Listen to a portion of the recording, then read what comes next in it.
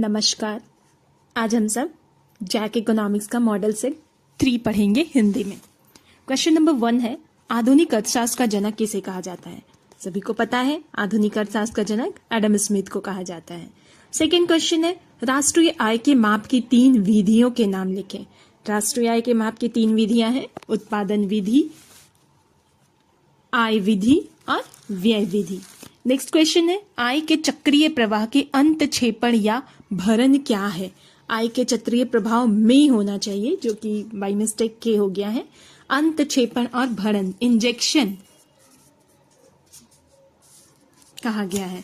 तो इंजेक्शन का क्या मतलब होता है? अंतक्षेपण का मतलब होता है कि बाहर से जो आय का चक्रीय प्रवाह चल रहा है उसमें बाहर से कुछ मुद्रा का आ जाना। तो अंतक्षेपण में हम लोग क्या कह सकते हैं? अंतक्षेपण का अर्थ है चक्रीय प्रवाह में आय का आना। अंतक्षेपण सरकारी निवेश, खर्च और निर्यात के रूप में हो सकते हैं। मीन्स जो अर्थव्यवस्था है उसके अंदर जो फ्लो हो रहा है इनकम का, उसमें बाहर से कुछ और इनकम आ जाना। नेक्स्ट क्वेश्चन हमारा, मुद्रा की परिभाषा दीजिए। मुद्रा वह है जो विनिमय के माध्यम के रूप में कार्य करती है। नेक्स्ट क्वेश्चन, स्वायत्त उपभोग को परिभाषित कीजिए। स्वायत्त उपभोग क्या है? स्वायत्त उपभोग वो उपभोग होता है जो कि 0 आय के स्तर पे भी किया जाता है। ठीक है, स्वायत्त उपभोग वह उपभोग है जो तब होता है जब आय का स्तर 0 होता है। नेक्स्ट क्वेश्चन नंबर 6, पूंजीगत प्राप्ति से आप क्या समझते हैं? पूंजीगत प्राप्ति क्या होती है? ये सरकार की वे प्राप्तियां होती है जिससे सरकार की कोई देयता उत्पन्न होती है और इन प्राप्तियों से सरकार की परिसंपत्तियां में भी कमी आती है। मीन्स ये जो प्राप्ति सरकार के पास होगी उसके बदले में सरकार की लायबिलिटीज बढ़ेगी, उन्हें कुछ देना होगा, कुछ उत्पादन बढ़ाना होगा। अदरवाइज उनकी जो संपत्ति है, उनकी जो संपत्तियां हैं वो कुछ कम होगी पहले से। आयात की संकल्पना को स्पष्ट कीजिए। आयात क्या है? जो विदेशी देशों से हम लोग अपनी जरूरतों को पूरी करने के लिए सामान मंगवाते हैं ना, वो आयात होता है, जिसके बदले में मुद्रा दी जाती है। ठीक है, तो आयात का तात्पर्य है विदेशी उत्पादों की खरीद और उन्हें अपने देश में लाना। अब जो क्वेश्चन सेक्शन बी के हैं, ये सारे क्वेश्चंस 50 वर्ड्स में लिखने को होंगे। सॉरी, सेक्शन सी में 50 वर्ड्स है। ये जो सारे क्वेश्चंस हैं ये आपके शॉर्ट आंसर क्वेश्चंस है, ध्यान दीजिएगा। फर्स्ट क्वेश्चन है इसमें, समष्टि अर्थशास्त्र की दृष्टि से अर्थव्यवस्था के बाह्य क्षेत्र का वर्णन करें। बाह्य क्षेत्र का मतलब हुआ बाहरी क्षेत्र। ठीक है, तो हमारे जो बाहरी क्षेत्र हुए वो कौन हुए? विदेशी क्षेत्र। विदेशी क्षेत्र माल के निर्यात और आयात और घरेलू अर्थव्यवस्था और दुनिया के अन्य देशों के बीच पूंजी के प्रवाह में शामिल होते हैं। विदेशी क्षेत्र को वस्तुओं और सेवाओं के निर्यात के लिए फर्म, परिवार और सरकार से राजस्व प्राप्त होता है। यह फर्म और सरकार से वस्तुओं और सेवाओं के आयात के लिए भुगतान भी करता है। यह परिवार का कारक सेवाओं की भुगतान भी करता है। विदेशी क्षेत्र क्या है? उन्हें आयात निर्यात से एक संबंध होता है उनके साथ हमारा, और सरकार जो राजस्व देती है वो भी वो प्राप्त करते हैं और वस्तुओं सेवाओं को इंपोर्ट करते हैं अपने लिए और भुगतान देते हैं। ठीक है, नेक्स्ट क्वेश्चन है 9 नंबर, व्यापार आधिक्य और व्यापार घाटा क्या है? घाटा का मतलब कमी, आधिक्य का मतलब बढ़ना, सरप्लस। ठीक है, तो इसका आंसर हम लोग लिखेंगे। सबसे पहले संतुलन की अवस्था को दिखाएंगे, फिर व्यापार आधिक्य क्या है और व्यापार घाटा क्या है। तो देखते हैं, व्यापार संतुलन एक निश्चित अवधि में निर्यात और आयात के प्रवाह को नापता है। व्यापार संतुलन की धारणा का अर्थ यह नहीं है कि निर्यात और आयात एक दूसरे के साथ संतुलन में ही हो, वो आधिक्य भी हो सकते हैं और घाटे की स्थिति भी हो सकती है। व्यापार आधिक्य क्या है? यदि देश में आयात से अधिक मूल्य का निर्यात हो रहा है तो उसके पास व्यापार आधिक्य, व्यापार और सकारात्मक व्यापार संतुलन होता है। मैं जितना कि वहां आयात किए जा रहे हैं उसके बदले में जितनी मुद्रा देनी पड़ रही है उससे अधिक निर्यात किया जा रहा है, मतलब कि दूसरे देश की उतनी मुद्रा मिल जा रही है। तो आयात से अधिक निर्यात होता है तो व्यापार आधिक्य। जस्ट अपोजिट व्यापार घाटा क्या होता है? कोई देश निर्यात से अधिक मूल्य का आयात करता है तो उसका व्यापार घाटा या नकारात्मक व्यापार संतुलन होता है। मतलब कि निर्यात से अधिक आयात हो रहा है। अब यहाँ क्या हो रहा है? हमारा निर्यात कम हो गया है, आयात बढ़ गया है। ठीक है, तो वो घाटे की स्थिति उत्पन्न हो जाती है। क्वेश्चन नंबर 10 है, पूंजीगत वस्तु की धारणा को उदाहरण से स्पष्ट कीजिए। पूंजीगत वस्तु क्या होता है? ये कोई अचल संपत्ति होती है, ठीक है, जिसमें हम लोग एक्सपेंस तो करते हैं लेकिन उसका रिटर्निंग हमें बाद में मिलता है। तो क्या आंसर लिख सकते हैं? पूंजीगत, थोड़ा यहाँ स्पेलिंग मिस्टेक हो चुका है तो इसको सुन करके सुधार लेंगे। पूंजीगत वस्तुओं को अचल या मूर्त संपत्ति के रूप में संदर्भित किया जाता है जो एक व्यवसाय द्वारा तैयार उत्पादों या उपभोक्ता वस्तुओं का उत्पादन कराने के लिए खरीदी जाती है। पूंजीगत वस्तु वैसे वस्तु होते हैं जिनका उपभोग उत्पादन बढ़ाने के लिए किया जाता है। पूंजीगत वस्तुओं के उदाहरण में भवन, मशीनरी, उपकरण, वाहन उपकरण इत्यादि होते हैं।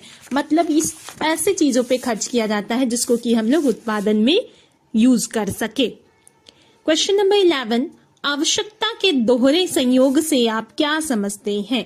उदाहरण से स्पष्ट कीजिए।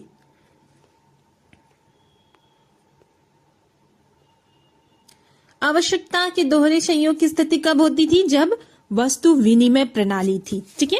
आवश्यकताओं के दोहरे संयोग का तात्पर्य कि एक व्यक्ति को जो सामान चाहिए वो दूसरे के पास हो और उसके बदले में वो जो देना चाह रहा है उसकी दूसरे को जरूरत भी हो। तो बस इसी चीज को हम लोग लिखेंगे। आवश्यकताओं के दोहरे संयोग का तात्पर्य है कि दो व्यक्तियों के बीच वस्तुओं और सेवाओं का आदान प्रदान तभी हो सकेगा जब दोनों व्यक्तियों को एक दूसरे के सामान की आवश्यकता होगी। उदाहरण के लिए एक व्यक्ति के पास चावल है लेकिन उसे गेहूं की जरूरत है और दूसरे व्यक्ति के पास गेहूं होनी चाहिए और उसे चावल की जरूरत भी होनी चाहिए। तब इसे हम लोग कह सकते हैं आवश्यकताओं का दोहरा संयोग। नेक्स्ट क्वेश्चन नंबर 12, प्रत्याशित उपभोग और यथार्थ उपभोग में क्या अंतर है?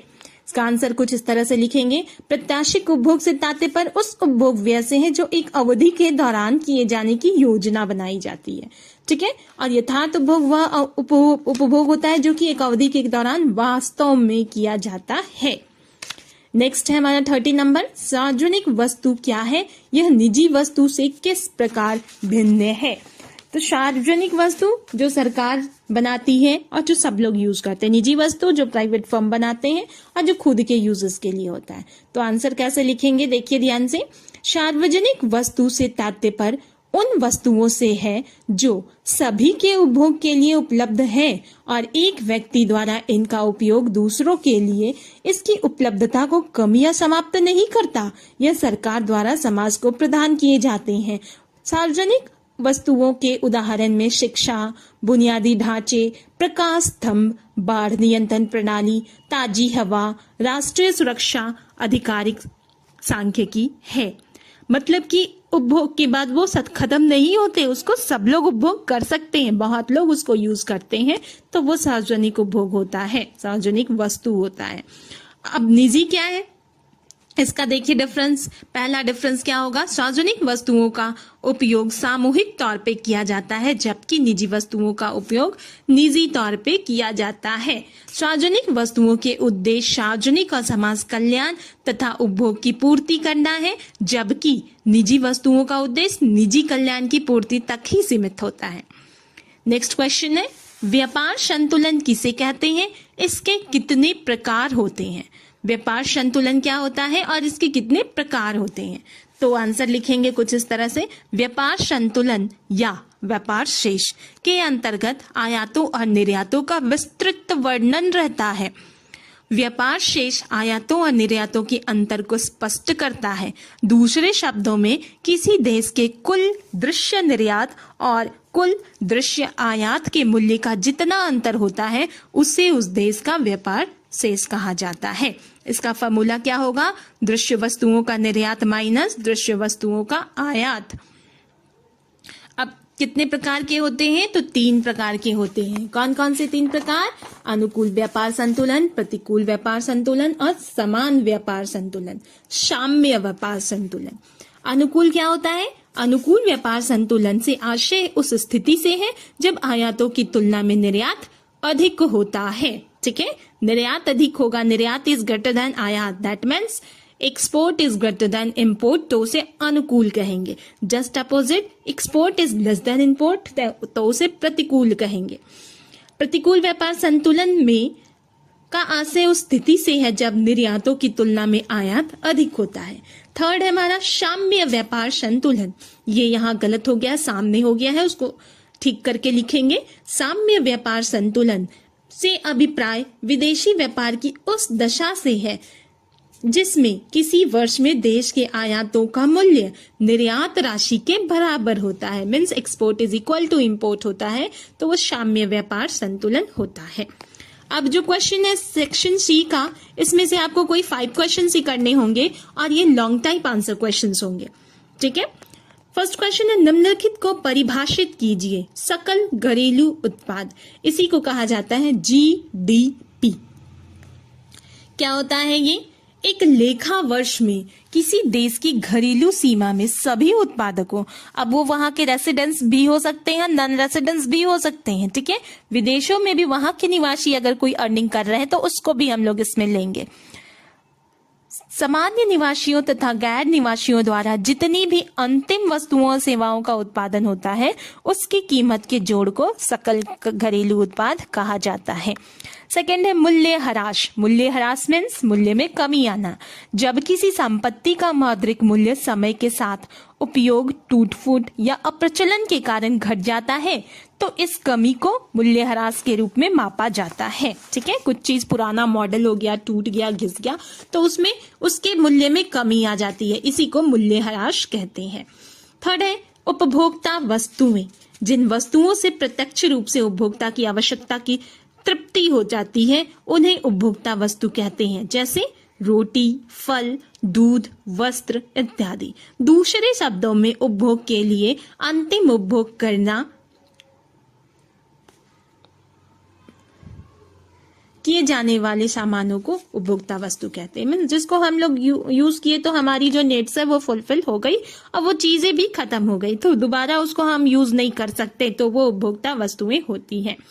नेक्स्ट क्वेश्चन है आंकड़ों से कुल व्यय विधि से राष्ट्रीय आय की गणना कीजिए। यहाँ आंकड़े दिए हुए हैं और कुल व्यय विधि से राष्ट्रीय आय की गणना करनी है। तो ये आपके क्वेश्चन में आंकड़े यहाँ पे छूट गए हैं, तो ये आप अपने क्वेश्चन से देख लीजिएगा और मैंने यहाँ पे डायरेक्टली सॉल्यूशन दिखाया है। हमें फाइंड आउट करना है एनएनपी एट एफसी, तो इसका फॉर्मूला क्या होगा? निजी अंतिम उपभोग प्लस सरकारी अंतिम व्यय प्लस निजी निवेश व्यय प्लस शुद्ध निर्यात प्लस माइनस शुद्ध प्रत्यक्ष कर प्लस विदेशों से प्राप्त शुद्ध साधन आय माइनस मूल्य ह्रास भी होगा इसमें। ठीक है, ये यहाँ पे छूट गया है, इसके बाद लिखिएगा माइनस मूल्य ह्रास।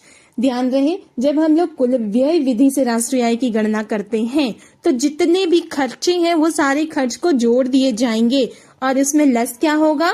टैक्स हमारा और मूल्य ह्रास। जो एनआईटी होगा नेट इनडायरेक्ट टैक्स और जो डेप्रिसिएशन होगा मूल्य ह्रास, ये दोनों बस घटा दिए जाते हैं। बाकी जितने भी आपको कंजप्शन या एक्सपेंडिचर्स दिखेंगे उनको जोड़ दिया जाता है। ठीक है, तो इस हिसाब से हम लोगों को यहाँ मूल्य ह्रास दिया हुआ है और शुद्ध या प्रत्यक्ष कर दिया हुआ है, तो इन दोनों चीज को हम लोग घटा देंगे सभी के साथ, तो हमारा कुल व्यय विधि से राष्ट्रीय आय निकल कर आ जाएगा। नेक्स्ट क्वेश्चन देखिए, व्यावसायिक बैंक किस प्रकार शाख का सृजन करते हैं? व्यावसायिक बैंक शाख सृजन करते हैं और इनका एक महत्वपूर्ण कार्य होता है ये। ठीक है, तो हम लोग आंसर भी इसी टाइप से लिखेंगे। व्यावसायिक बैंकों का एक महत्वपूर्ण कार्य है शाख निर्माण करना। इस संबंध में अर्थशास्त्री शेयर्स का कथन है कि बैंक मुद्रा जुटाने वाली संस्था मात्र नहीं है बल्कि महत्वपूर्ण अर्थ में मुद्रा की निर्माता भी है। शाख निर्माण का क्या मतलब हुआ कि जो एक बैंक है वो शाख निर्माण को बहुत सारी बिंदुओं से हम लोग समझ सकते हैं कि कैसे करती है ये क्रिया। यहाँ बिंदुओं को बंधुओं हो गया है, उसको आप लोग सुधार लीजिएगा। पहला काम क्या करती है बैंक? यदि बैंक ग्राहक अपने बैंक ए में रुपए 10,000 जमा करता है तो वो बैंक के लिए प्राथमिक जमा होती है। ठीक है, तो प्राथमिक जमा का क्या नियम है कि बैंक उसमें से एक निश्चित राशि अपने पास रखेगी। तब दूसरा स्टेप क्या होता है? बैंक अपने अनुभव से यह जानता है कि ग्राहक किस समय पर अपनी जमाओं के कितने अंश या प्रतिशत की मांग करेगा। बैंक अपने ग्राहक के खाते में 10,000 नकदी हमेशा नहीं बनाए रखता। तीसरा क्या काम होता है? तीसरा स्टेप होते हैं कि इस मान्यता पर कि तरलता अनुपात 20% है, बैंक ए अपने पास 2,000 रुपए, 10,000 का जो 20% है, ये तरलता अनुपात फिक्स्ड रहता है, ठीक है। तो 10,000 जब उसके पास प्राथमिक जमा आई तो 10,000 का 20% वो अपने पास नगद के रूप में रख लेगा और बाकी 8,000 रुपए को वो उधार के रूप में किसी को भी दे सकता है या दे देता है, ठीक है। अब क्या होता है तीसरा, नेक्स्ट स्टेप में क्या करता है बैंक। अब हम लोग देख रहे हैं कि बैंक ने यह रुपया दिनेश को नगद के रूप में ना देकर उसके खाते में जमा कर दिया। दिनेश आया बैंक में ऋण लेने, तो बैंक ने उसे ऋण दिया लेकिन उसे नगद नहीं दिया, उसके खाते खोलकर उसके खाते में जमा कर दिया। तो इस प्रकार बैंक ए के रुपए उसी के पास रह गए। अब वो पहले ग्राहक के खाते से दूसरे ग्राहक दिनेश के खाते में आ गए, ठीक है। वो उसके खाते में 2,000 रुपए छोड़ दिया और दूसरे दिनेश को ऋण दे दिया, जिससे कि उसके खाते में 8,000 रुपए जमा हो गए, ठीक है। अब यह दिनेश को जब भी जरूरत पड़ेगा तो उस पैसे को वो निकाल सकेगा। दिनेश किसी भुगतान के लिए चेक द्वारा यह रुपया सुरेश को दे देता है, ठीक है। दिनेश के पास तो नगद नहीं था तो उन्होंने चेक दे दिया सुरेश को। अब सुरेश इसे अपने बैंक बी में जमा कर देता है। दैट मीन्स बैंक से पैसा निकला और फिर वो किसी न किसी बैंक में ही जाएगा। सुरेश ने क्या किया, उस पैसे को किसी बैंक बी में जाकर के जमा कर दिया। अतः बैंक बी के लिए वो प्राथमिक जमा हुई। अब बैंक 8,000 रुपए का 20% रखेगा अपने पास नगद कोष के रूप में और बाकी का, यहाँ 1600 को 16,000 हो गया है, ये भी थोड़ा देख लीजिएगा। बाकी के 6,400 वो किसी अन्य व्यक्ति को उधार दे देगा, अर्थात श्याम के नाम से उसके खाते में जमा कर देगा। मीन्स बैंक ने 10,000 रुपए ही लिए, अब उसे उसका 20% रखा और दिनेश को दे दिया। दिनेश ने सुरेश को पेमेंट किया, सुरेश फिर किसी बैंक के पास वो पैसे जमा कर देता है। अब उस बैंक के पास वो फिर से प्राथमिक जमा बनकर किया जाता है, तो बैंक फिर उससे 20% नगद कोष रखने के बाद बाकी के पैसे बचे हुए किसी श्याम को उधार में दे देता है, ठीक है। अब उधार भी देता है तो नगद के रूप में नहीं, उसके खाते में जमा कर देता है। अब ये जो 6400 है वो श्याम किसी को भुगतान करता है और जो भुगतान करता है वो फिर उस बैंक सी में उस रकम को जमा कर देता है। अब बैंक सी के लिए ये प्रारंभिक जमा होती है तो बैंक फिर से इसका 20% अपने पास रखता है। अब वो 1,280 रुपए अपने पास रख करके शेष 5,120 रुपए उधार दे देता है। और ये प्रक्रिया अलग अलग बैंकों में तब तक चलती रहती है जब तक कि संपूर्ण पहली नगद प्राथमिक जमा राशि 10,000 से 5 गुनी, ठीक है, 20% नगद के अनुपात के आधार पर 5 गुनी नहीं हो जाती, तब तक ये प्रक्रिया चलती रहती है। और इसे हम लोग इस सारणी से समझ सकते हैं। Bank A B C D में पैसे आए हैं। पहले बैंक ए में प्राथमिक जमा आया 10,000 रुपए, बैंक ने उसे 2,000 रुपए की राशि रखी नगद के रूप में और बाकी के 8,000 रुपए दे दिए ऋण के रूप में, ठीक है। अब वो 8,000 रुपए बैंक बी के पास प्राथमिक जमा बनकर आ गए। अब बैंक बी ने अपने पास नगद को 1,600 रख लिए और फिर बचे हुए 6400 ऋण के रूप में दे दिए। अब ये ऋण जिसको दिया गया उसने जिस भी काम पे लिया वो वापस बैंक सी के पास आ गए। अब वो फिर से उसका 20% 1,280 रुपए अपने पास रखकर शेष 5,120 रुपए उसने किसी को ऋण के रूप में दे दिए। अब जिनके जहां भी वो उस पैसे को इन्वेस्ट किया है वो फिर से किसी बैंक में वो पैसे को लाकर जमा कर देता है और इस तरह ये क्रिया तब तक चलती रहती है जबकि प्राथमिक जमा उसकी 50,000 तक ना हो जाए और जो नगद कोष अनुपात बैंक ने रखी हुई है वो 10,000 ना हो जाए और जो ऋण भुगतान उन्होंने दिया है वो 40,000 के बराबर ना हो जाए। तब तक ये क्रियाएं चलती रहती है। इस प्रकार शाख गुणक का सूत्र क्या होता है, 1/, जमाओं पर नगद कोष अनुपात, ठीक है। यदि नगद कोष अनुपात R = 20% है तो शाख गुणक क्या होगा, 1/20% = 100/20 = 5, ठीक है। अर्थात 10,000 की प्राथमिक जमा पर कुल 5 गुना बढ़कर 50,000 हो गई वो 10,000 रुपए, जिसमें 40,000 क्या हुई, व्युत्पन्न जमाएं, मीन्स प्राथमिक जमा जिसमें वो 20% रख रहा है अब वो वापस से आ रहा है बैंक के पास, ठीक है। तो ये पैसे कितने हो गए, उन्हें 10,000 को 50,000 बना दिया। नेक्स्ट क्वेश्चन है, आरबीआई की खुली बाजार कार्यवाही नीति की व्याख्या कीजिए। खुले बाजार की क्रियाएं में आरबीआई क्या करती है? ये बैंक द्वारा स्वयं मुद्रा बाजार और पूंजी बाजार में सरकारी तथा अन्य अनुमोदित प्रतिभूतियों को खरीदने और बेचने का काम करती है। दूसरे शब्दों में खुले बाजार की क्रियाओं के अंतर्गत केंद्रीय बैंक बाजार में प्रतिभूतियों का क्रय विक्रय करता है, जिससे मुद्रा बाजार में तत्काल मुद्रा की मात्रा प्रभावित होती है। जब केंद्रीय बैंक प्रतिभूतियों को बेचता है तो मुद्रा बाजार में मुद्रा की मात्रा कम होने लगती है। इसके विपरीत जब केंद्रीय बैंक प्रतिभूतियां खरीदता है तो मुद्रा बाजार में मुद्रा की मात्रा बढ़ जाती है, क्योंकि केंद्रीय बैंक ने प्रतिभूतियां ली, उसके बदले उतने पैसे अर्थव्यवस्था में छोड़ दिए। और उसके पहले की स्थिति में क्या हो रही थी? केंद्रीय बैंक पैसे दे रही थी अर्थव्यवस्था में और उसमें से जितनी प्रतिभूतियां हैं वो अपने पास ले रही थी। ठीक है, नेक्स्ट है गुणक क्या है? निवेश गुणक क्या बताता है कि निवेश में वृद्धि की जाएगी तो आय में होने वाली वृद्धि के गुना अधिक होगी। और डलबोर्ड ने क्या कहा? निवेश में की गई वृद्धि के परिणाम स्वरूप आय में होने वाली वृद्धि के अनुपात को गुणक कहा जाता है। तो इस प्रकार हम लोग गुणक को के से डिनोट करते हैं, तो उसका सूत्र क्या होता है? Delta I by delta Y. इस प्रकार स्पष्ट है कि विनियोग में हुई वृद्धि के कारण आय में होने वाली वृद्धि का अनुपात गुणक है। इसलिए किन्स का गुणक विनियोग या आय गुणक के नाम से जाना जाता है। निवेश का गुणक का सूत्र delta I by delta Y, जहाँ के गुणक है, डेल्टा आई निवेश में परिवर्तन और डेल्टा वाई आय में परिवर्तन। अब देखते हैं हम लोग एमपीसी या निवेश गुणक में क्या संबंध है। किन्स का जो निवेश गुणक सिद्धांत था वो एमपीसी पर निर्भर करता है। यदि सीमांत उपभोग प्रवृत्ति अधिक होती है, एमपीसी अधिक होती है, तो गुणक भी बढ़ता है, और इसके अपोजिट यदि सीमांत उपभोग प्रवृत्ति कम होती है तो गुणक भी कम हो जाता है। और यही होता है प्रत्यक्ष संबंध। इस प्रकार गुणक और सीमांत उपभोग प्रवृत्ति में सीधा संबंध होता है और इसे हम निम्नलिखित तालिका से समझ सकते हैं। अब तालिका में देखिए, जब एमपीसी 0 है तो गुणक 1 है, और एमपीसी जब बढ़ रहा है, बढ़ करके एमपीसी 0.25 हो रहा है तो गुणक हो गया 1.33। फिर से एमपीसी बढ़ा है 0.50 तो गुणक 2 हो गया है, और जब एमपीसी 0.75 होता है तो गुणक 4, और जब एमपीसी बढ़ के 1 हो जाता है तो गुणक इन्फिनिटी अनंत तक चला जाता है। तो इस सारिणी से हम लोग समझ सकते हैं कि गुणक और एमपीसी में सीधा प्रत्यक्ष संबंध होता है और एक के बढ़ने से दूसरा भी बढ़ता जाता है।